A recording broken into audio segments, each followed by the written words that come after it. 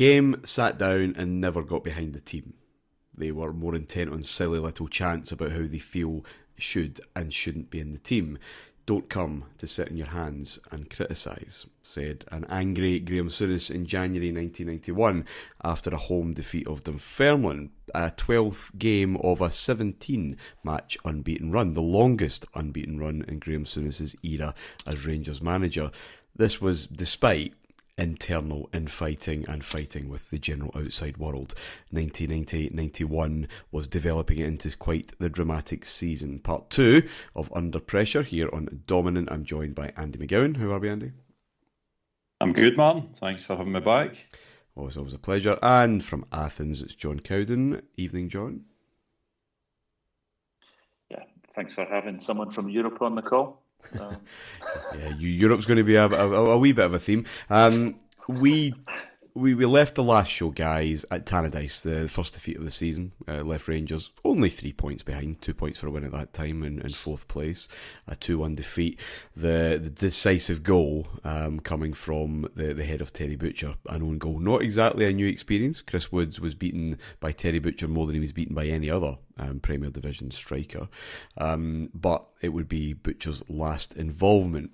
We'll move to the Trustee Skull Cup, John. Obviously a tournament that, as we've seen on this show, even before the start of this show in '96, had served Rangers well. Skull Cup semi-final at Hampden against Aberdeen. Souness pulled Butcher aside for a chat. The error at the weekend was costly, and this unavoidable pattern of form that he had seen, he had to take action, and he dropped his skipper. Butcher was in tears. Alan McCoist said it was a slap in the face to see this colossus crying, and Butcher had asked to be specifically removed from the squad completely so that his presence didn't negatively affect the team, John. But given only 2 substitute spaces open, I don't think he really needed to make that request. I don't think he would have been on it. Bit of a media storm going into this game, as one would expect. Can you remember the feeling amongst the troops as you headed through Mount Florida that this captain, someone that only a few seasons ago, who his absence through injury derailed the whole season, had been left out by choice? Well, was it as clear-cut as that in the media? I mean, my recollection was there was a lot of discussion. Injured, dropped. An injury wouldn't have been a surprise to any of us because, I mean, he had been struggling through the World Cup and more into our season without a break. And was it just a matter of giving him a couple of weeks off to get mended or what? I don't recall it being a definitive. There was a lot of talk in the newspapers, but there was a lot of fog, mists all around. It didn't feel like the end at that point, going into that semi-final, which it was the end. Actually, the end had been the previous Saturday, effectively. But it didn't feel, the door was firmly shut. It is my recollection of the time. It was... But still to see him not game on the starting 11 for a huge game. This wasn't Dunfermline Athletic in a semi-final. This was Aberdeen, the team that we had been locked in these classic finals with for the last 3 seasons. This is a huge game. Yeah, and we'd beaten them in one of those classic finals without him because he was suspended, wasn't he? The second one. Yeah, he was. Yeah, and no, it was huge that he wasn't in the team. Was it a worry? I don't think many people thought he was fully fit at this point, and therefore it was big that he wasn't there. I don't think it was viewed as big a loss in the short term because it did seem as if he was half a yard short through much of August and September, in the games between it, and he was struggling to get up to speed. It always felt in a way that really he hadn't done it up until now. He just seemed that bit slower. we did have an arrogance about us. I know there was these titanic battles with Aberdeen, but invariably when we had to beat them, the one where actually we thought we didn't even need to turn up, we lost. But generally, we kind of had the upper hand with Aberdeen. And generally, Hampden was really comfortable for us in many ways. So, and let's face it, even at that time, or probably because it was always the same thing, we always had a major injury problem going into a big game. And if it was only one, actually, it was like, well, that's not bad. Because usually you would have probably Goff and Butcher would be out, or the whole forward line would be out, or something. It just seemed to be quintessentially us that we always carried these we always had injury scares, which turned into reality going into big games. You know, in the way that every other club seemed to have injury scares and everybody turned up for the game, we would probably have an injury scare, which would mean that person wouldn't turn up and neither would the another two. So there was a lot of talk, but I don't think it impacted on our confidence going into it. Which actually was merited when you see what happened that night. Yeah, and John never admits to being worried about anything through this era. You're a wee bit younger. Butcher is a god to you, maybe only under Souness, maybe McCoist, I presume. Again, to be dropped, it's probably one of the biggest selection decisions that Graeme Souness had ever made in his 5 years. Aye. My recollections were that we were probably in denial as a support because only 3-4 months earlier, you know, Butcher started for an England team in the early weeks of the World Cup final in Italy, and the decline was fairly rapid, and it was almost as if it was rubber stamped by this instance. Yeah, because the goal. I remember it being a shock that he wasn't in the team, and I might be wrong here, but my recollection was that it wasn't really widely known, and then I think I was in the ground or going to the game or something, and it kind of started to filter through, he wasn't playing, and it was just another, I think it was put down to just, this is Souness, this is what he does, and his word goes. We knew he was ruthless, and we'd seen it before. But you're right, it was a god. Certainly for me as a youngster, he was a major character at Rangers, and with a lot to be thankful to Butcher in terms of the revolution that had occurred under Souness. So for that to happen was major news. But you still thought you were going to win, because even against Aberdeen, and I take on board what you're saying, Martin, that this was a major rival at this point in time, but you still thought you were going to win because you still had a squad of players, and you still had, you know, Goff and John Brown was coming into the team more and more often. So it was a big event, but it was a kind of, well, that's Souness, and it's kind of like this. That's the price you pay for having an autocratic person with so much influence around the club. Standard 4-4-2, McCoist and Johnson up front. On this occasion, John Brown came in to replace Butcher. Stuart Monroe had come back from a bit of injury at left back. Trevor Steven, Nigel Spackman kind of taking shifts cover on the right-hand side of midfield, but I think they were all happy just to let Gary Stevens bomb down there and really take that role. It was an entertaining game, Andy, quite tense, as Cup semi-finals naturally are, unless there's quite a big margin. Only one goal. It came from Steven. It came from him bombing through the middle of the park and taking it with just such class. We've talked about this a wee bit in terms of Souness's, you know, transfer decisions and how he wanted his team to look. Again, someone with that ability but no abundance of pace. Even at that age, I always wondered if that part of the pitch was maybe more suited to Trevor Steven, and moments like that kind of strengthened that case. So this will be Stevens' second full season with Rangers, wasn't it? Yeah. And it was, to my recollection, he was becoming probably the best player in Scotland at that time. He was starting to show his class that would eventually see Marseille come and snap him up. And this goal epitomised it. It was a really classy goal. And as you say, Steven was technically brilliant. He looked quite soft, but he was anything but soft.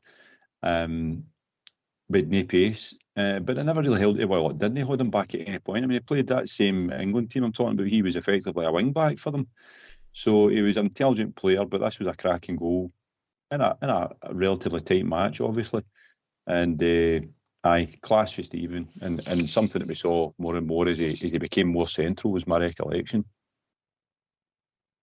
John, your memories of the game itself and that goal. I mean, it is one that brings a smile to the face any time I come across it on Twitter, because it has that power and drive from the middle, and then just the kind of calm and composed mind just to kind of slot it away. That first iteration of Stephen, we'll get to his return and maybe not quite being the same player, but Andy's right. There couldn't have been many better footballers in Scotland at that time than Trevor Stephen. I don't think there was a better footballer in Scotland at that point. Okay, there was that young boy breaking through at Parkhead. It's about 1983. But really, no. It was one of those, because we accepted Souness as this autocratic leader, and it was unquestioning because of what he brought from us. I mean, I know you jokingly said that I wasn't worried really. Individual games, yes, but after 79 to 86, that period, this was an easier street. We were the best team. It didn't mean we won every week, but we were the best team. But we didn't really question, perhaps until when he picks on after Butcher, what Souness was doing. And it's patently obvious. You know, we talked about Ray Wilkins going, there's talk in the summer, bringing in Hurlock. I mean, Trevor Stephen isn't a right winger in the form of pace or whatever. He is a footballer. And he shows with that goal, and it's just a wonderful goal to see, the way he takes it on. Given how Souness had been the previous season in terms of, building a more continental style, why he wasn't playing in the centre of the park, maybe just in front of Spackman, I have no idea. Yeah. But nobody questions Souness at this point until, as I say, the one he picks on next, and then it begins to unravel. At this point, Souness can do anything, and he did do anything to Butcher, who was, I had to laugh at you guys talking about Gough being the great Rangers captain. Butcher was the man that made us tick. He was the guy who got us, on an emotional level, the physical presence. He carried us to the title, along with Souness in 86, 87. He was our man. He's this man on the pitch, isn't he? I mean, any manager, certainly any manager of that era, they need their representation on the pitch. Now, Souness had himself now and again when he wasn't suspended or injured, but Butcher was clearly his long-term lieutenant. And you're right, he rebooted Rangers as being a force on the pitch. He did lead that, where others had let the club down in over the space of 10 years in terms of standards. He grabbed that. The point about Gough, and we'll come to it through the even this show, but certainly through the rest of the year, in terms of other attributes, he maybe carried it on, and certainly more longevity, maybe just at the right stage of his career to do that right enough. But yeah, Butcher was a totemic figure. He was dropped. Rangers win though, so no problem. The league picks up. We are top of the league actually on the 6th of October, following a 0-0 draw up at Pittodrie, where McCoist and Schnelders had a kind of horrendous coming together, a horrific day weather-wise, and Schnelders had a fractured jaw. It was a 0-0. The one in the rain at the beginning. Yeah, horrendous. McCoist slid in, but because of the rain, it just took it. I think we played pretty decent that day, but that seemed to kill the game a little bit. Yeah, it did. McCoist was in terms of took the thing. Yeah, it was one of those. It happens in games, doesn't it? The players' minds just maybe subconsciously just relaxes a wee bit. But any of that initial concern about Butcher's absence, because he still isn't back, there's not a lot said at all publicly about it. Maybe assuaged by the eventual arrival, Andy, of Ole Kuznetsov in October. He made his debut at Ibrox, a 5-0 win over St Mirren, and he looked sensational coming out of defence, spraying passes, just looking different class, and he rattled the bottom of the post with that long-range drive. I guess this is ticking all the boxes, and that first appearance, Andy, that this is exactly the kind of class act that we're just used to seeing now, and maybe this is up a level. European profile, intelligence, class, experience. The second game, sadly, he lasted 20 minutes up at McDermott Park, an innocuous tackle, studs caught in the turf, and knee ligament damage. We will criticise, we have criticised some of Souness's choices, but this is desperately bad luck, because this boy looked the absolute ticket. Aye, and the thing about Kuznetsov was that we knew he was basically signed, I don't know how long, but I remember they played a pre-season friendly, and we knew that Kuznetsov was coming to us. So this was the longest ever wait for a Christmas present. I mean, it was driving us crazy. And I think it was in the subconscious with the Butcher thing that Kuznetsov was coming. It was a matter of time once they got all the bureaucracy out the way. So we knew a lot about Kuznetsov by then, because we were obviously familiar with the Dynamo Kiev team we'd played the season before. We had we knew about Russia or the Soviet Union at that time, what a strength they were, and that this guy was a mainstay in that team. We saw him play in that friendly. He strolled the friendly, absolutely strolled the friendly.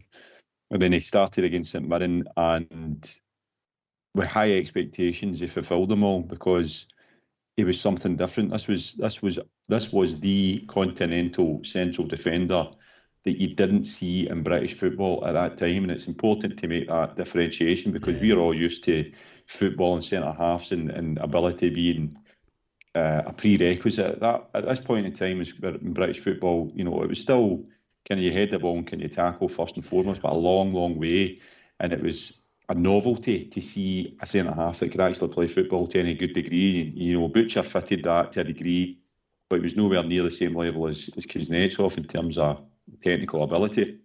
There's really nobody else in British football that was close to that. I think maybe Glenn Hussein signed for Liverpool with the same kind of expectations, but couldn't live with the physical side, and so there's very, very few players like that around, and that's why Souness had cast the net to the Soviet Union. And the St Mirren game made an impression. We're all delighted with him, and that St Johnstone event was a hammer blow, because we waited so long for this guy, and then all of a sudden he was crocked, and not just a wee injury. This was a significant injury, and we really never seen the best of Kuznetsov at all. We got a wee couple of cameos and memorable goals at Parkhead, but we never ever, and it was a great, amongst all the injury what ifs that we've had at Ibrox in the modern era, this is the biggest, I would say. It's him and Daniel Prodan could, it's a close race between the two. I mean, Souness went with him into the dressing room at McDermott Park and sat with him. Struggled to even get him a cup of tea or anything to drink, which would have repercussions the next time Rangers went to McDermott Park, shall we say. John, the benefit, I guess, of doing shows like this 25 years plus on is that we can see trends that are clearly taking shape. Souness mentally is going down a road that we've already said he probably wouldn't be able to kind of divert from. Other things, the UEFA ban, for example, and the foreign players, is going to make life difficult for Rangers pretty quickly. But it's always fun to wonder what difference that would have made if the studs don't get caught. Kuznetsov goes on to play 25 games that season and an almost ever present for the next few years. How any Rangers manager is able then to properly tactically evolve the squad to meet the kind of demands that we've talked about in the last few shows, because he was the type of player that fitted that bill, and it was just desperately bad luck. Yeah, I mean, we carried a lot of bad luck, particularly with cruciate knee injuries. It seemed to me that was one in particular. I mean, it's one of those what ifs because of the foreigner rule coming in. Would he have been one of the three to play in Europe? every game. I don't know, because then you're getting into things. You're dropping Brown, he's dropping in. So which one of He's replacing the Butcher, though. creative? Yeah, he is. But so Butcher was an absolute non-dropper until he became needed to be dropped. So he's replacing Butcher as one of your three stick-ons. And just in terms of organisation, playing with that three, which maybe gives Rangers a bit more flexibility in Europe, we're going to see a defensive horror show pretty quickly. It does make a lot of sense. I don't know how much it would negate some of the other bigger trends, both internally at Ibrox and outside. But he is a player that surely would have helped. He would have done. And let's face it, because of what actually the England players did with Bobby Robson in the summer, three at the back was in vogue, because it took it, from England playing 4-4-2 or whatever they started off the World Cup with. And then they went and convinced Robson, let's start playing three at the back. We're right, Butcher, attacking wing backs. And I think it was the players that went to Robson and said, let's give it a go. That got them to the semi-final and glorious failure or whatever. So there was a thing that you could see three at the back. I think everybody could see that Butcher was probably on the way out. Was it going to be as dramatic as what happened? I don't think any of us saw that. But you could see he was slower. The injury, he was just at that age where the Warriors, where the recovery isn't there. How do we play going forward after that? I'm not sure we had a manager who was. Well, this is the next thing, isn't it? This is the next question. Tactically adept to do it, because, and I count both the one we have now and the iteration of the manager we have right after. Yeah, I think you're right. This is the other question, isn't it? That's the other question in the development. But that's kind of where we are. We're fucked was reportedly Walter Smith's 2-word scouting report for Red Star Belgrade. This was in the second round of the European Cup. Rangers had progressed 10-0 in aggregate past Valletta of Malta, including a missed penalty that was maybe a wee bit offside and a wee bit unnecessary from Chris Woods, and that torrential rain that he missed, of course, at Ibrox. But this would be a sterner test, of course. Red Star Belgrade. There's reports of Rangers fans who made the trip to Belgrade looking for somewhere to get a pint, really. They ended up in this cafe, which served beer, and said, yeah, sure, this was lunchtime. And in the corner, there's this ginger-haired fellow, chain-smoking, enjoying a coffee. And the bar, the restaurant owner said, you're Rangers fans? Yeah. That's who you're playing tonight. And that ginger chap, of course, was Robert Prozinecki, who would pull strings all over the place, I think it's fair to say. John, an early goal, Dusko Radanovic run low cross that John Brown kind of put into his own net. Amazingly, it was 1-0 until the second half, but Prozinecki free kick, and then a Darko Panchev goal, where Richard Goff just appeared to stop tracking him, just stopped moving as if he was kind of, stunned by some kind of sci-fi ray. 3-0 done and dusted. John, we've had disappointments, obviously, but close ones. Cologne and Mönchengladbach, especially a kind of feeling of margins, bit careless, but lacking a bit of nous and a bit of experience, especially away from home.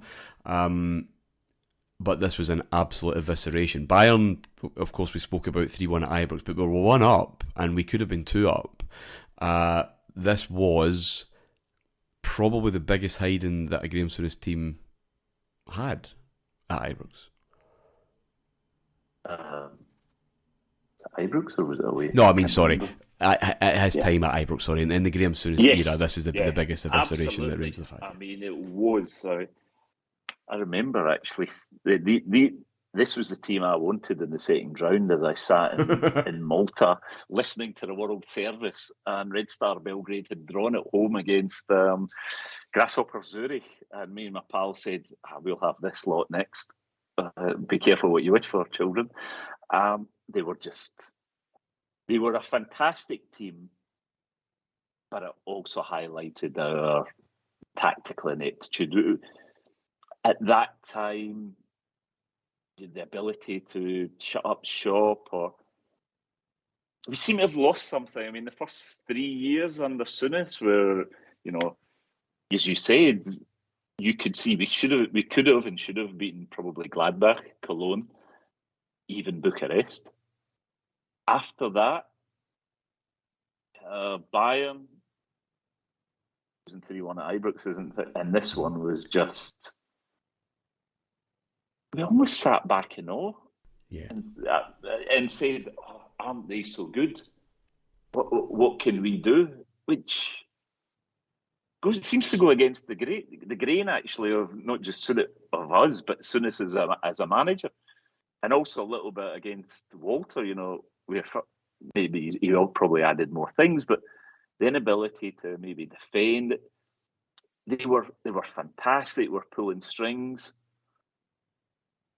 But did we actually look as if they beat us, and they probably still would have, when we were just on form, but, with a level of awareness? I don't think we were mentally at the races. I don't know if we were rabbits in the headlight or whatever. It just was an absolute doing, but not just because they were so good.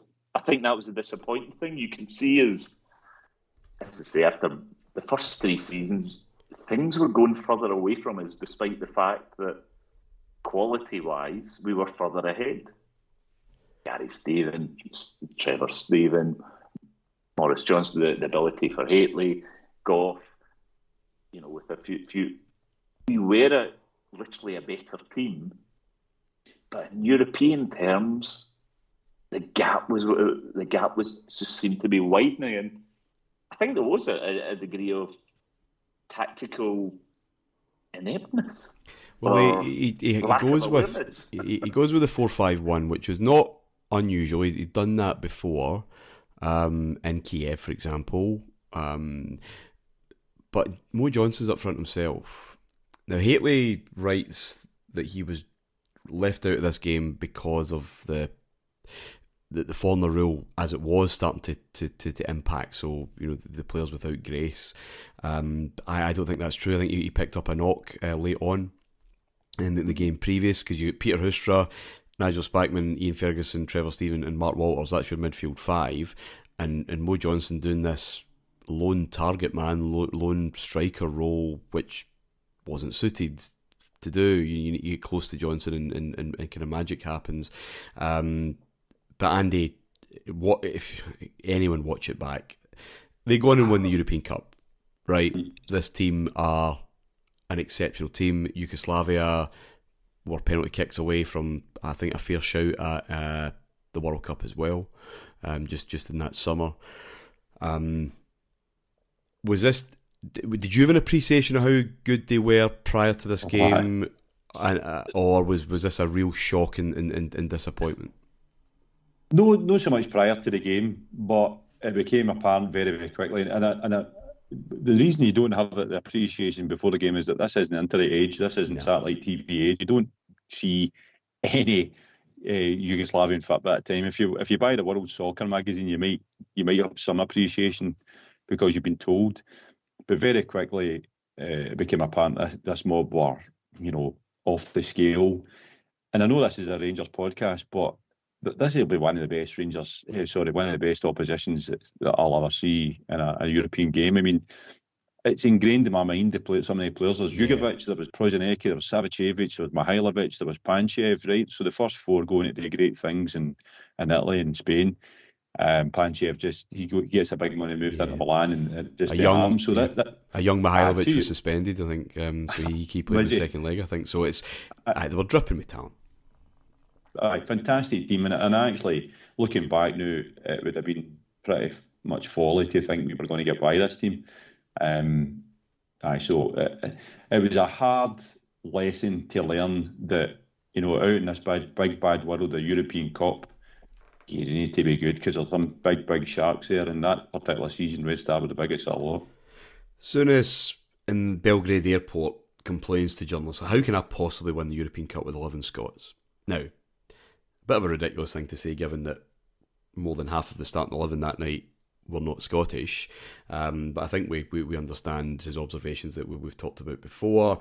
Red Star, they kept possession, they rotated the ball quickly, and Rangers were just trying to knock it into the kind of wide channels. It was becoming quite obvious that there were two different games. There's a separation happening here. We've talked about the late 70s, early 80s European football being still dominated by the British game because it's English winners all the time. Things are changing. It's far more technique based. It's far more tactically aware. It's quicker. You need ball players just about everywhere on the park. And I think it's very obvious then that the chairman's European Cup ambitions are getting louder, and that's starting to become disconnected with the club's ability and also the manager's ability. John, I think you nailed the head. You hit the nail on the head. Even with Kuznetsov, can Souness use these players in that way? Is there still too much of when I was at Liverpool about this all? That Liverpool era, and you make Liverpool the kind of flag bearers for that era, even though other English teams won other things. It was done. It had passed, and that approach wasn't going to be good enough. And not only did Rangers need more foreign players, this was probably in an ideal world with legislation being fair and open, probably for a different manager and a foreign manager, because European nous needed more than packing a midfield or altering the dimensions of a pitch.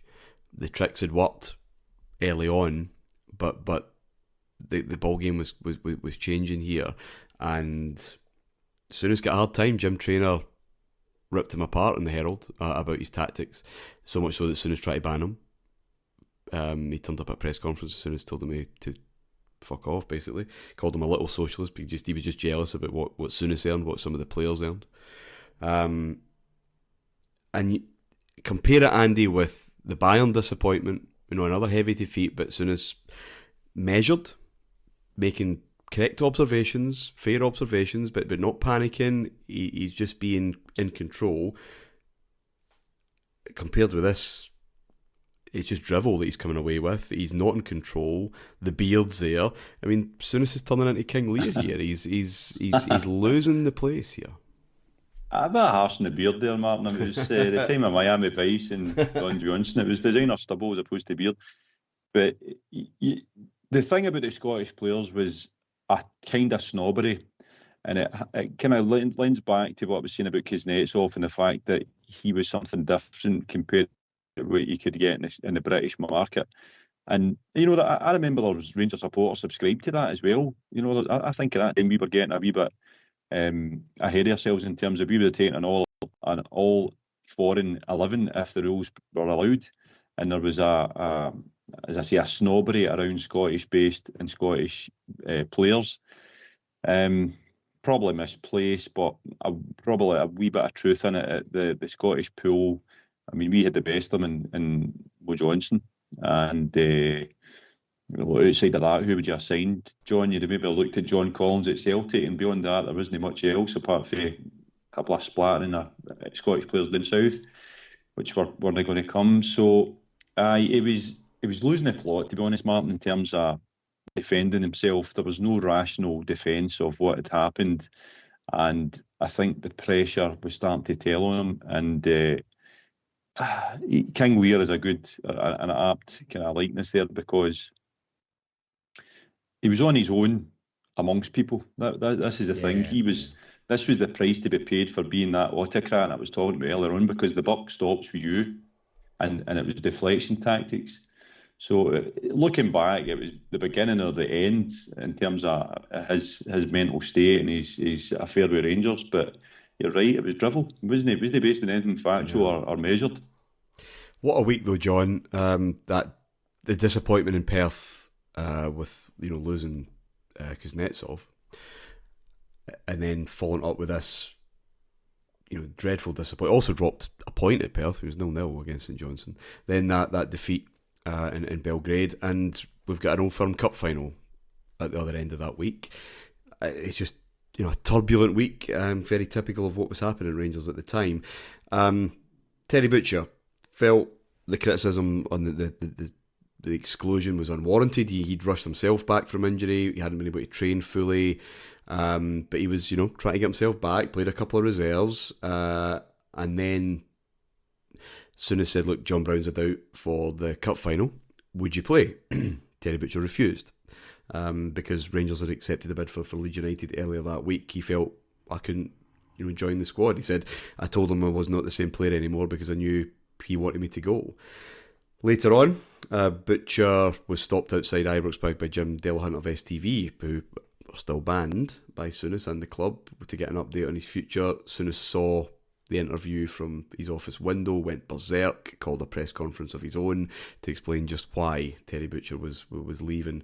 There was just no normality anymore. Butcher would reject the Leeds offer and take up a very tempting one to be player manager of Coventry. He says in regret, in hindsight, he was wrong. He was still employed. He was reasonably fit. He'd been asked. But I guess Butcher's whole approach to football was quite an emotional one, John, and he felt that had been ripped out, and probably that he just couldn't do the job anymore.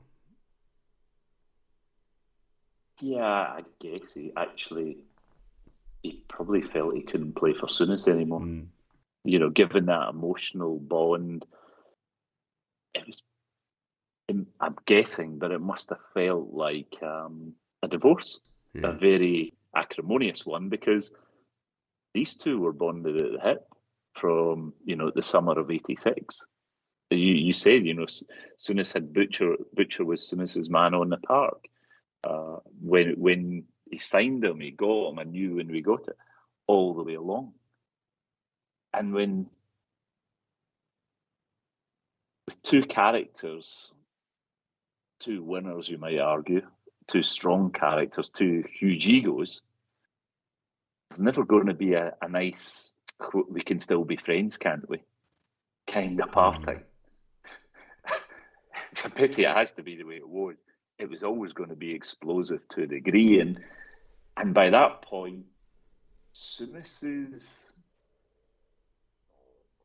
seeing demons everywhere. And not all of them are there. Yeah, he's almost getting to a paranoid stage, you have to say, in a frame of mind. So, as soon as talking to Delahunt or whatever, Butcher talking to Delahunt, I don't know what he said, you probably know it, but it could have been, hi, how you doing, Jim, or whatever, or, how you feeling, Terry? It's just the assumption that this is it, and it's the whole, I think Souness feels it's all going away. Yeah. He's out of control. He doesn't have the control that he once had. It's interesting to use the relationship divorce analogy. It will not be the first time in the next couple of weeks that we're going to use that, and there's obviously a very obvious example coming up. So Rangers are in an internal storm, and the match played in a bit of a genuine storm, but Rangers still won the cup. Oh, and it's turned in by Elliott! Celtic have scored!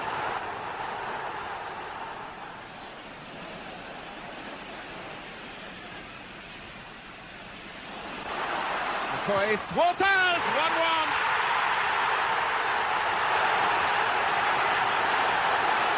Absolutely no chance for Bonner. It's a good little move, and for once, Mark Healy gets down, finds Ellie McCoist. Matt Walters punishes them badly for some slack marking and buries it right in the corner. Some clever contributions. Relying his inexperience. Oh, and is it in? It is! It's Richard Gough who came round the back. Come on, he says. And he set the example. Rangers have won. Richard Gough has done it. And the pain of the past few days is forgotten. Okay, this, Andy, was not the greatest League Cup final. I think it's probably fair to say. Rangers winning 2-1 in extra time, especially compared to some of the ones that we'd already seen in the last few years. How Rangers didn't get a penalty early on when Bonner upended McCoist is still beyond me. Haley is back, Johnson's injured, so McCoist is playing up front. Jim McCluskey was the referee that day. and he'd be the target of a private investigator hired by the Celtic Supporters Association. That was revealed that morning in the Sundays.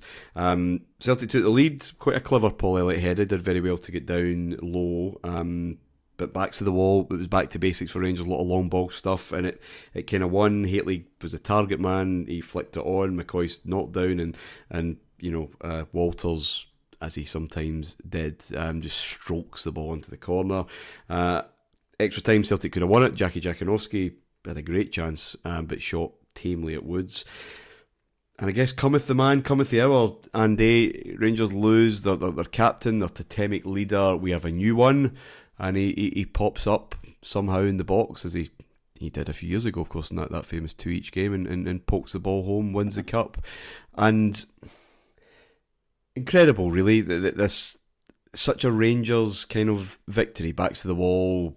John's kind of mentioned injuries before, and you get missing Johnson there, you're missing Butcher for other reasons. Celtic are in the lead, the weather's horrendous, the place looks like it's just devilled by infighting, and yet they still win. It's almost that Souness' internal pressure, which is going to burst soon, but it is moulding a team that is super tough mentally.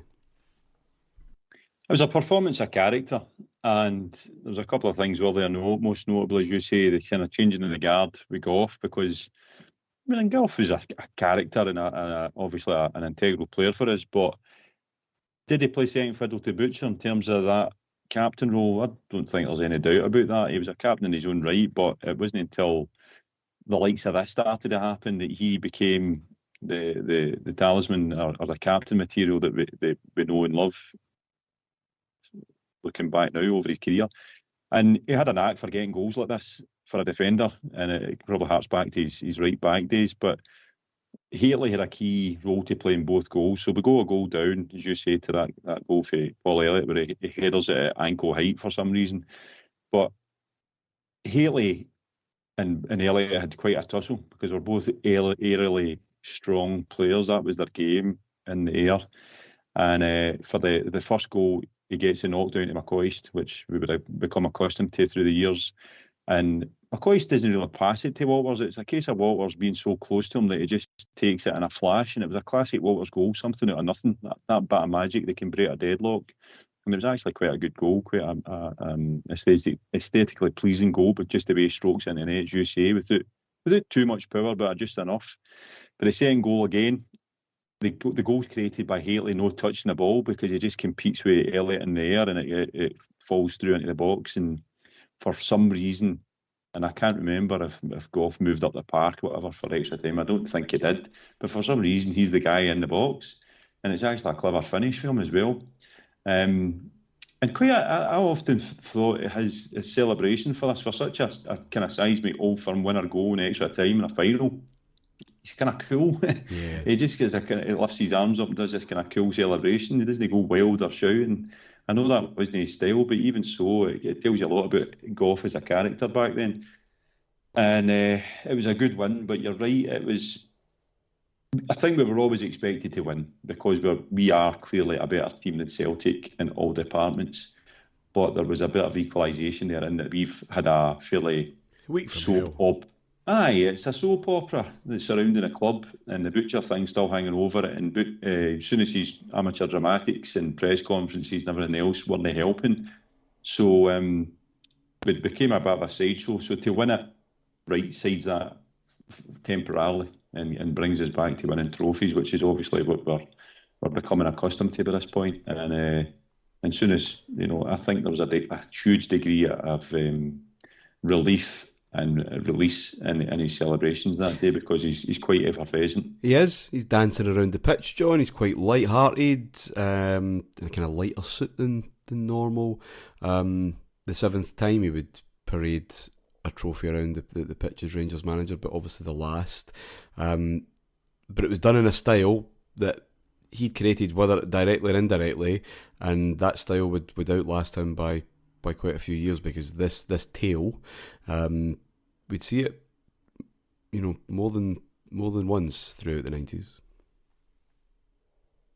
Yeah, looking back, and it's difficult to put yourself back then. Did we already feel like that when we came to these kind of games, or was it just beginning to emerge just now? My recollection now is that's where it was Celtic, unless it was at Parkhead in the Cup, were mentally inferior to us. They just weren't winners. They didn't have belief. The Jakinovsky chance, the guy didn't look as if he thought he could score. Probably Woods suddenly became, 6 foot wide and 10 foot tall. They just didn't look like it. The goals we got, they were a permanent soap opera, or about to be. So whatever we were doing, they were doing. At least we were doing it in Vegas style, whereas they were doing it in Barras style. And they were just, they were down, and the fans were there. For some strange reason, the thing I remember about this game the most is the next day, I was flying down to London. I think it was the first time in business, and I happened to be sitting in the row in front, and there was these 3 Celtic supporters talking, and they went through our team, and they were going, they get lucky yesterday. But there was a know about a lot of our players, in particular Mark Walters. They knew that we were a better team. They knew that we were physically stronger, mentally stronger, from front to back, all the way through the team, in a way that, okay, they had Elliott, fine, but compared to Goff, everywhere they had a half decent player, he was like a poor man's kind of guy. And the only they'd Collins by now, but they'd McStay. But he couldn't stay. He would have been a great player in our team. Paul McStay would have been a brilliant player in a Rangers jersey, because he's one of these guys who is phenomenal when there's other players around to take the pressure off him. He is not that guy who you go to and say, right, you've got to win it for us today on your own. He just folds under the pressure, as this period shows. Yeah. But he would have been a perfect signing for us. That would have been fantastic. I don't think his family would have spoken to him, but he would have been fitted in. They didn't have that mental set, and everybody knew it. We knew it. Yeah. Their fans knew it. It was maybe, you could pick a period, probably Rangers under Willie Waddle, actually, in those early 70s, where you just don't expect to beat them. When you get through that run of results where, and it really was bad under Waddle, where was it 1 win in 12 games with 8 losses and 3 draws, where you just don't believe. And they were in that period, really. Okay, Parkhead in the Cup, but apart from that, they never believed it. I think Goff said it. I don't know if he was talking this season, when they were lining up to walk out and they just look over at McStay and think, you've got no chance, pal. Well, that's near the end of the run. But it's exactly that. And it's built up and it's built up and it's built up. It's crucial games they don't win, and obviously cup finals are one would argue are crucial games, I think.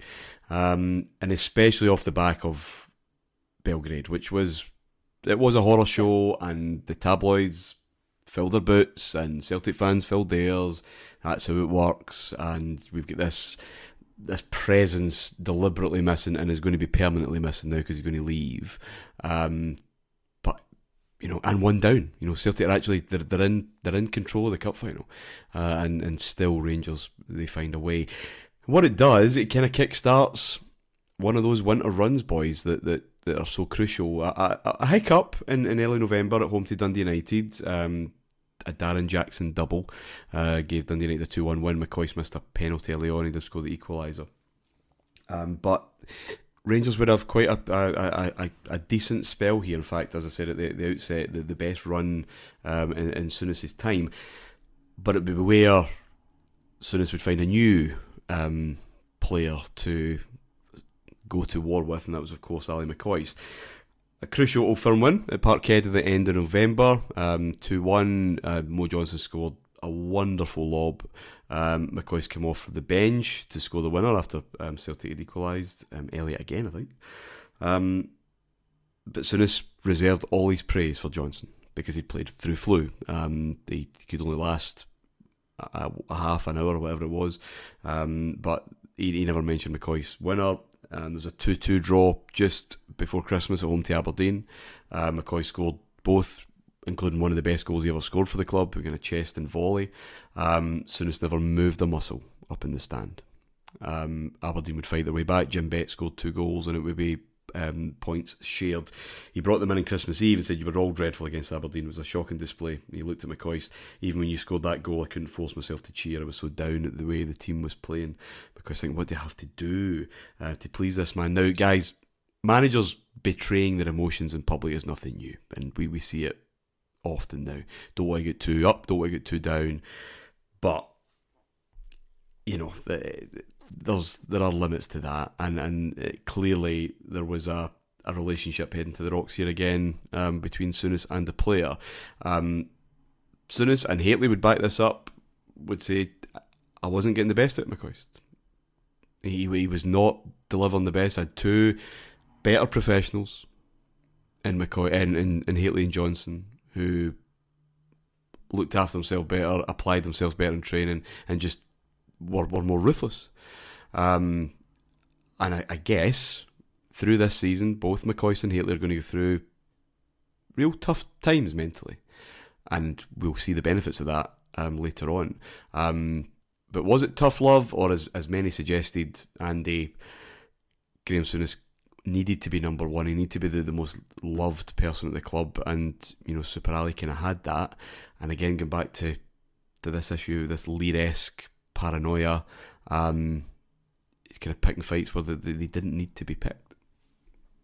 I think it was ego, and it's important for listeners. I mean, we've painted a picture of Souness. He's not the amiable but stylish granda you see in Sky Sports now. This is a guy that's, he's a firebrand. And I think if McCoist played in the same team as Souness, and they were of the same age, if the dynamics were different, I bet Souness probably would have loved McCoist. But you're right in saying that there was the professionalism aspect, and I use that loosely because you had Duran, you had Derek Ferguson, you had McCoist, pretty much as thick as thieves. It had a couple of scrapes here or there. McCoist is very much a cheeky chappy around the dressing room, and I think there's something in what you're saying about Souness having to be number one, because I think McCoist would have been the type that would deflate the importance that Souness tried to place upon himself in a dressing room. But I think I think that's the example you gave there about, the goals he scored against Aberdeen that night. The second one, I can't remember if it was the first or second, but the volley on the turn, he chests it and volleys it, was back to goal, was a worldie. And for Souness to come out with a remark like, I didn't even cheer when I went in, it's just, that portrays a personality clash that is undeniable, because there's no way anybody with an ounce of emotion or care for Rangers would not naturally cheer that goal, because it was such a good goal. You'd have to force yourself, internalise not to do that, which is what Souness obviously did. So I think it was probably a wee bit more, I wouldn't say toxic, I don't think it ever get that bad, but I think it was a wee bit more I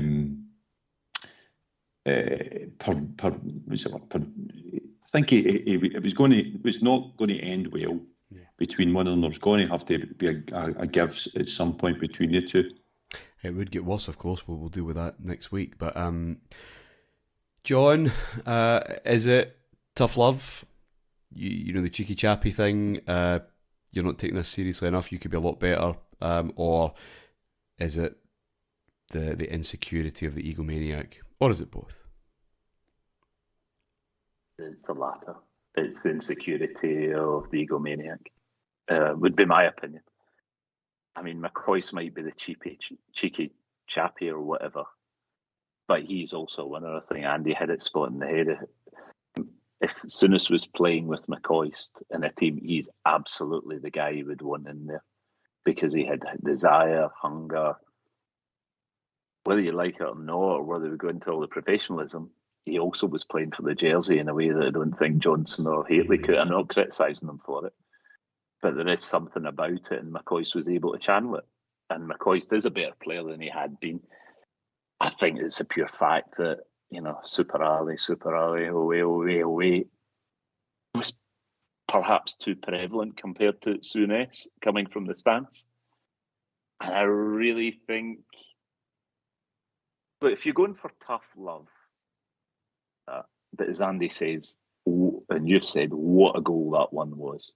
And to be so churlish and say, I mean, you might have turned around and said, cracking goal, but you did nothing else to hold the match. And I don't think McCoist did do nothing else. But you might turn around and say that is a reasonable tool. But to come out like a petulant child and say, I couldn't even get excited. I mean...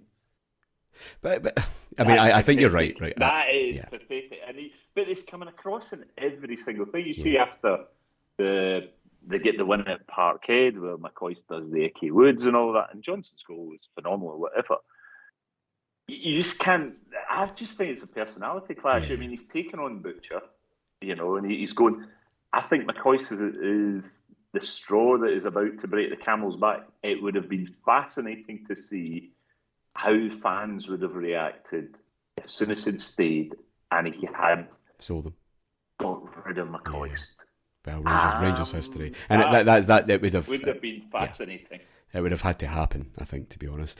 I agree, by the way, with both of you. I think that it is dominated by that personality and the place that Souness was in, and we've kind of prefaced this over the last couple of weeks. There are other things going on. External pressures that are just kind of coming to the boil, that are leading Souness, I think, down this path, and it is going to burst. But managers do this kind of thing. Ferguson, with Ruud van Nistelrooy, final day of the season, nothing to be won. United hadn't won anything, but Van Nistelrooy could win the Golden Boot. He was still in the race, and they were playing, I don't know, West Brom or Bolton, or someone beatable by lots. He was in the stands. Ferguson never played him. He said, I don't care about your Golden Boot, it doesn't mean anything.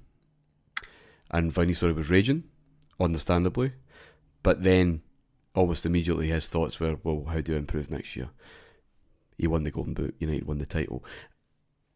There is a tough love thing, and Souness would have been from that school, so there probably was a bit of that as well, but I think the motivations were probably still personal.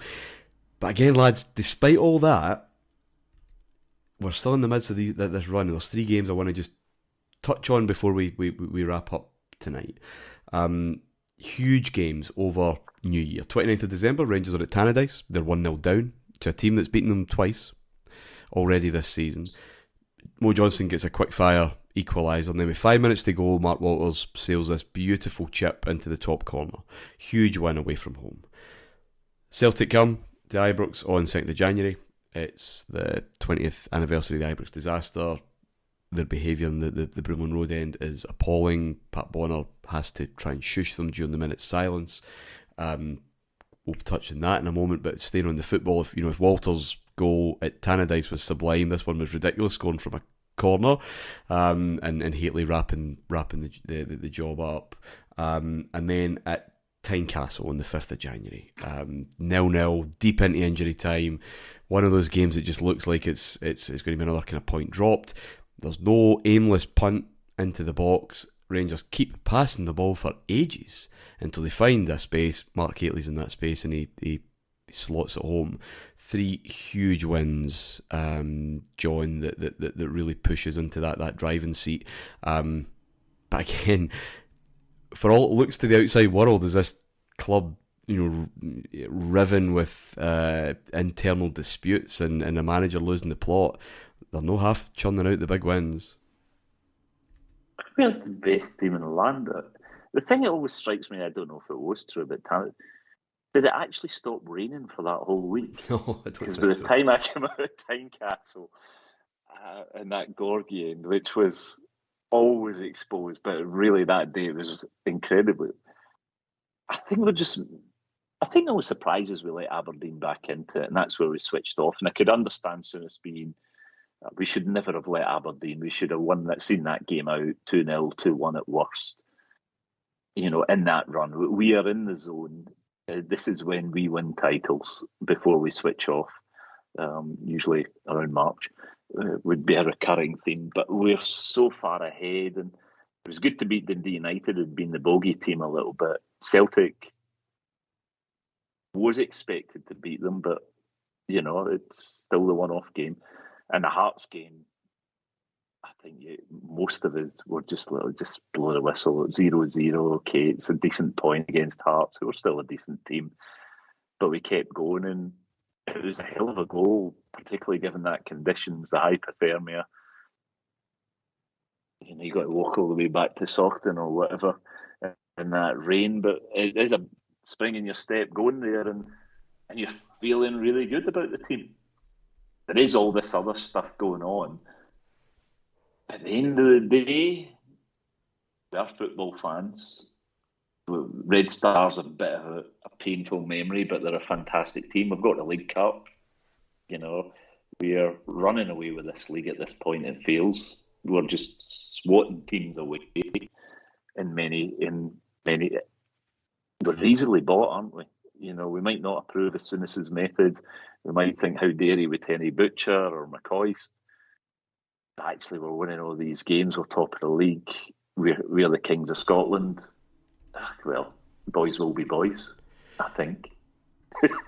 Results excuse a lot of things if you're a Rangers supporter. And if you're not getting them, you don't have a lot of excuses the other way. But that Dunfermline game, Andy, that I mentioned, you know, these results are coming in. Those 3 in a row, those are huge games.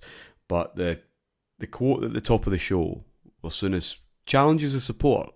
So don't come here and moan about my selections. How dare you, basically. I know what I'm doing, and look at the results. What do you know about building a football team? So don't come and sit in your hands. Get behind the team. Stop moaning about the fact your hero's no playing. I know best, and you know we're driving away at the top of the league here. That was new. Challenging the support is, I mean, he did in other ways, of course. You know, do you want a sectarian team or do you want a successful one right from the start? But this is more about the football and stuff, and being as aggressive as that. I mean, I remember when he started, of course, we'll play this way, and people might complain, but you know, we'll be patient, and you'll just have to live with it. So he made those kind of assertions at the start, but that was a kind of direct challenge to something the fans had done. A lot of this stuff was just kind of hypothetical. If you do this, well, you know, tough luck. There was a tension really building between the manager and the support, despite these big results just keep, you know, churning through. I think it points to the fact that he's not as measured as he should be for somebody in his position. Yeah. And he's working on instinct, and he's no really, you know, for his experience as a Rangers manager up to this point, he's not really learned that much, because, as you say, the things he was saying at the start, he had licence to say that because he had a blank canvas, and we were willing to let him express himself in any way he wanted. Slightly different by this point, because, you know, if you challenge a support like a Rangers support in that manner, then it can backfire very, very quickly. But I still think at that point, we as a support accepted whatever he said, by and large. You know, you'd get the odd person or odd pocket of folk that would, you know, wouldn't accept that, and nobody's bigger than a club kind of thing. But I think a lot, or the majority of the fans at that point in time, kind of took it that his word went, and that was it. And we spoke about it today, about the fact that the Butcher reaction was, you know, most fans just took it as well, which Souness has decided that, so that's the way it's going to be. And it could have went badly wrong, because as good as a run of results as that was, you know, if it hadn't went that way, then that would have worked against Souness. So he looks like a genius saying it and then backing it up. But in those games, there was some individual brilliance there. You talk about that Dundee United game and the goal for Walters, compared to the goal in the cup final, which I said was aesthetically pleasing. You know, this goal was a piece of genius. It really was. If you can find it on YouTube, go and look at it, because anywhere in the world you'd be lauding it.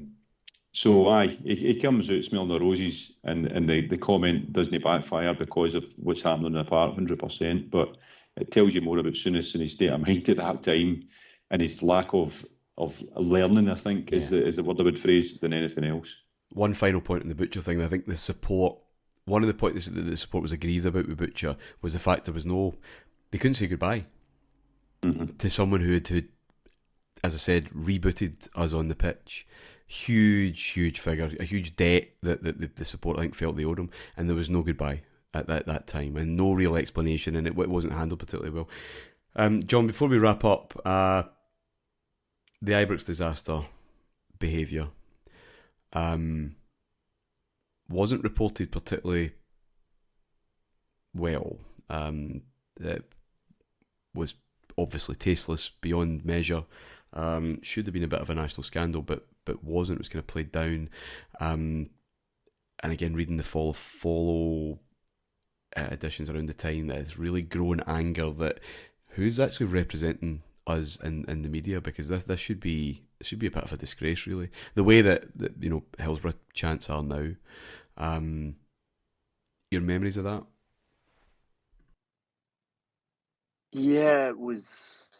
I mean, you said Bonner, because where I sat at that point for the boycott years, I was in the Govan rear, just at the halfway line, and it was McStay who was standing close to the centre circle, who halfway through it was turning around and appealing to the end to, really quiet. You said Bonner, and it could have been him, but I remember seeing their captain, I think McStay was the captain because he kind of got, and he was pleading with them, not but with motion to count, and it wasn't the odd voice here or there.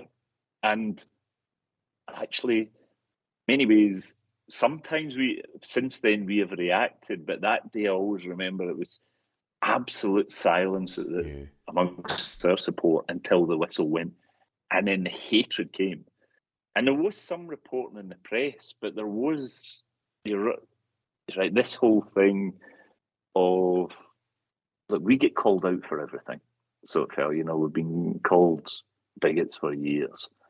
And then when something genuinely appalling happens, which no like-minded person, including the Celtic captain, not very much was said. This on the back of, 2 years since the No Bananas and the greengrocers in Gallowgate? Yeah. And you're thinking, I mean, at this point it's beginning to rub, because I think as a Rangers fan, if we do wrong, you can accept criticism, because there isn't really a defence. There may be shades of grey, but generally we know when either we or some of our support have overstepped the mark. And that happens, all supports do, all people do. We all have good days and bad days. But when they were doing it, there was nothing. It wasn't even boys were boys. It was their ability to just mute the press, which they are experts at. And we weren't reacting either. And nobody was standing up for us. I mean, this was Murray at, and I think he was always an appeaser, but it didn't really matter when he was on top. He only really got upset when actually things would go the other way and he became the target of the criticism. And it was just that underlying theme of who's going to stand up for us, who's going to actually call out in a matter of decency, respect these things. And it wasn't happening from, as you say, all the people who would call us out in the press, whatever, be it songs who were signing, not signing, haven't signed in the past. And it just went. And I don't know, and it probably didn't help Souness. And let's not be overly critical. The guy was obviously having his own problems. And when you're in the midst of high pressure situations and you have, I'm assuming, personal problems, I don't think any of us react the best. So he's one to fight with everybody. So there is that undercurrent, not at this game, but generally. Yeah. But has it ever changed, Martin? No. In all honesty, no. In the last 32 years, and I would go back further than that, we do things, we get called out, and rightly so on many occasions. They do things, and it's not even a shrug of the shoulders. And I don't know how you change that. I do know how you change it, but I'm not sure, A, there's a leadership in the boardroom, and B, there's maybe the acceptance of our support that actually you may have to do one or two deals with the Devils to get your point over. And it takes a little bit of time to build up that rapport. Well, Murray's rapport building, and his it might mean things. Yes. Yeah. Oh yeah, he's both. He will, and we'll get to it. We'll get to it in due course. But that was maybe more when it affected him rather than the club and its support. Boys, it's been a pleasure as always. Thank you, John. Thank you, Andy. Pleasure as always, Martin. Thanks. Rangers were 7 points clear after their match on the 16th of February. Remember, it's 2 points for a win. 3 in a row. 4th title in 5 years is a certainty, of course, but that wasn't really making Souness happy. That calling out of the support was beneath him, and it was probably telling that there's a mounting pressure building inside. Some kind of release was required, but little did anyone know that a potential solution was just around the corner. On the morning of Friday, 22nd of February, with his own side 3 points clear at the top of the English First Division, Kenny Dalglish resigned as manager of Liverpool. Until next time, bye for now.